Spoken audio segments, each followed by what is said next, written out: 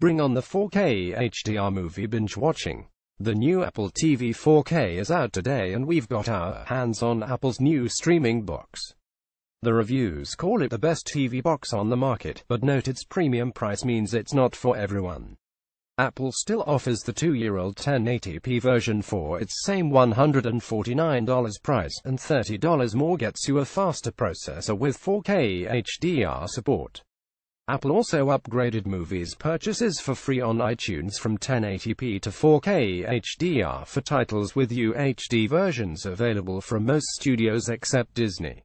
For me that means 13 4K movies available on iTunes at no additional charge, and iTunes has a decent collection of 4K HDR titles available to rent or purchase for the same price as HD. There are a few oddities like Spider-Man 1 and 2 available in 4K but 3 only available in HD. My copies of Despicable Me and Despicable Me 2 are 4K too, but the newer Minions prequel is only HD. The service Vudu also has 4K versions of titles that are still only available in HD in iTunes, so I assume the free upgrades are still rolling out. Between the 4K content on iTunes and the growing catalog of quality originals available in 4K on Netflix, I decided I had enough 4K content to upgrade my TV to a 4K HDR. LG OLED 9to5 Toys has great recommendations too, and purchased the new Apple TV 4K after briefly thinking I could resist. While my display quality has vastly improved, the box itself is mostly unchanged visually. There are a few subtle differences between the 4K and 4K box, starting with the top font, and the 4K version has a new ventilation system along the bottom as well. Word is no fans, so we'll see what the teardowns reveal. Apple TV 4K replaced the micro USB service port for a USB-C service port, and now the Apple TV 4K drops the service port altogether. Apple has also updated the Siri remote with a raised white ring around the menu button. The idea is that the white ring is easier to identify in the dark and the feel should help with orientation, but it's such a small change that I don't expect ergonomics to be any different. It does help with keeping up with which Siri remote is the old one and which one is the new one when upgrading. You can also buy the updated Siri remote for $59 on its own, down from $79. 802.11 AC Wi-Fi with MIMO, which used to be the fastest connection for Apple TV, now supports simultaneous dual bands 2.4 GHz and 5 GHz. And the 1010 BASET Ethernet port on the 4K Apple TV has also been upgraded to Gigabit Ethernet on the Apple TV 4K. Ideal for streaming 4K titles since wired networking outperforms wireless.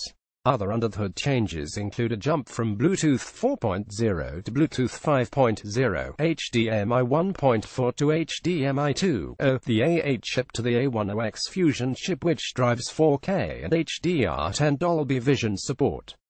After upgrading your TV in Apple TV, you'll probably need to buy a new HDMI cable too. I'm really glad the iTunes movie upgrades were free. During setup, tvOS will offer to try Dolby Vision for the best video quality by testing your HDMI cable. This test failed on my Apple TV 4K before I remembered to swap the old HDMI cable out for the faster one Apple recommended when buying Apple TV 4K. Running the same test with the new HDMI cable did the trick. Aside from the HDMI advice, upgraders should make sure the recent tvOS 11 software update is installed on the 4K Apple TV before switching to the new box. There's a new home screen sync feature that remembers which apps you have downloaded and where they're located. This makes upgrading easier than starting fresh, although you still need to enter passwords for apps. Using this feature, my new Apple TV 4K populated with the same apps in the same order on my new box as my old box. Not quite a full backup and restore, but it helps a lot. Aside from 4K and the speed boost, I'm a little disappointed the faster chip HASNT enable other new features like picture-in-picture on the Apple TV 4K, but it's possible we'll see new features unlocked in future software updates to the new box. tvOS apps will also need to update for 4K. I've already noticed Netflix doesn't make it as easy to discover 4K titles on Apple TV 4K as it does the WebOS app built into my TV. You can see which titles are in 4K from the description on each listing, but there's no 4K collection yet. YouTube will be a holdout due to a formatting debate with Apple, unfortunately.